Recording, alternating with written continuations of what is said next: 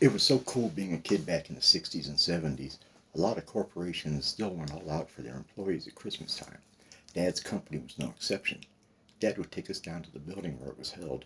As soon as you walked in, you were blown away by all the decorations, a sea of red, green, silver, and gold. Silver and gold, silver and gold. And the din, a literal cacophony of sounds. Carolers over here, lines of kids over there waiting to see Santa, complete with babies and toddlers screaming for bloody murder, for fear of this huge scary guy, and Mom trying to give them to the stranger on the big chair. Everywhere you looked, you saw people dressed as Santa's helpers, elves everywhere the eye could see. A long line of tables with hundreds, no thousands, as seen through a child's eyes, of course, of kids waiting in line to get their gifts. Me just praying they didn't run out before I got mine. Now, Dad was a practical man. He made us wait to get our gifts until we were ready to leave. He didn't want us to get them, get tired of lugging them around, and bring them back to him to watch. It had happened before. They had tables divided by age and gender. It was nuts, and the toys were not cheap little trucks either. They bought some really nice stuff. Plus, you always had a choice of toys. It wasn't, here kid, take this and go. You had two or three to choose from. I remember one year, I was maybe 10, I got a Bart Star quarterback game. I was so excited. That is until I opened it and realized it was a card-based game.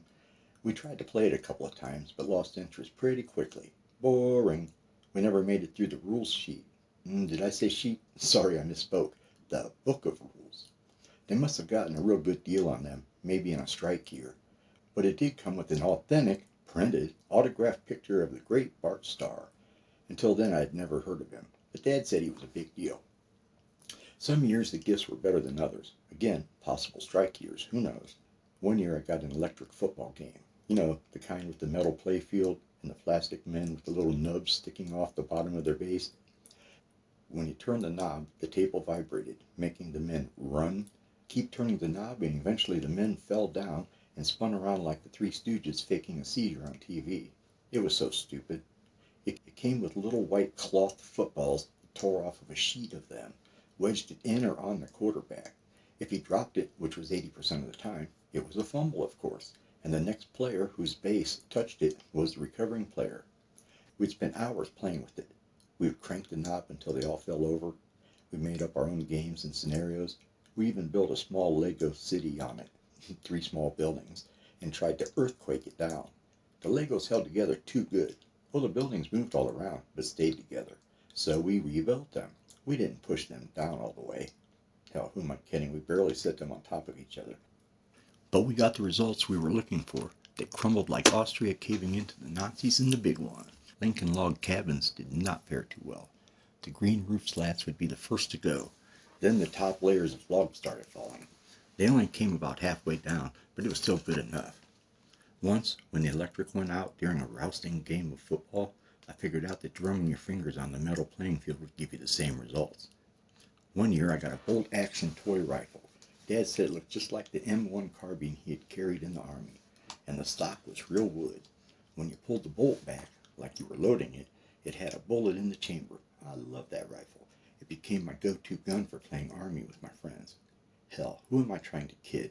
I used it for anything that required a gun. I was the only pioneer-era Indian toting around an N1 carbine. All the kids wanted to borrow it for missions. I remember getting battery-operated robots, trucks, and trains as a small child. Most of these were the ones that moved around randomly, changing direction when it hit an obstacle, and keep going and going and going. I once got an electric train set, a real one with metal cars. Well, the engine and caboose were metal. It was cool as fuck, but Dad only let me play with it when he was around. Even then, he double-checked the rails to make sure there was no chance of electrifying our experience, if you know what I mean. One year, when I got older, I got a plastic, freestanding pinball machine. It had real steel balls. It was really cool, but loud. It wasn't long before it found its way to the basement, to the kids' room. That was fine by me. I was used to playing alone. It lasted about a year. It was plastic after all. When it tilted totally uncalled for, I would shake it and say, "I'll show you tilt," quite loudly. I did upcycle the balls, though. They became my best shooting marbles, and I had 5 of them, for when I inevitably lost one, then another, and so on, and so forth. My sister got some really nice dolls, in a ball house one year, if I remember correctly, and they had tables of treats with cookies and fudge and candy. I mean tables, plural.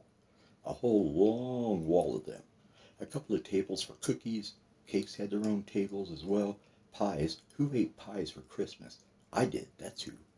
Fudge and candy shared tables. Thinking back on it, most of it was homemade, or maybe from actual bakeries. Definitely not mass produced.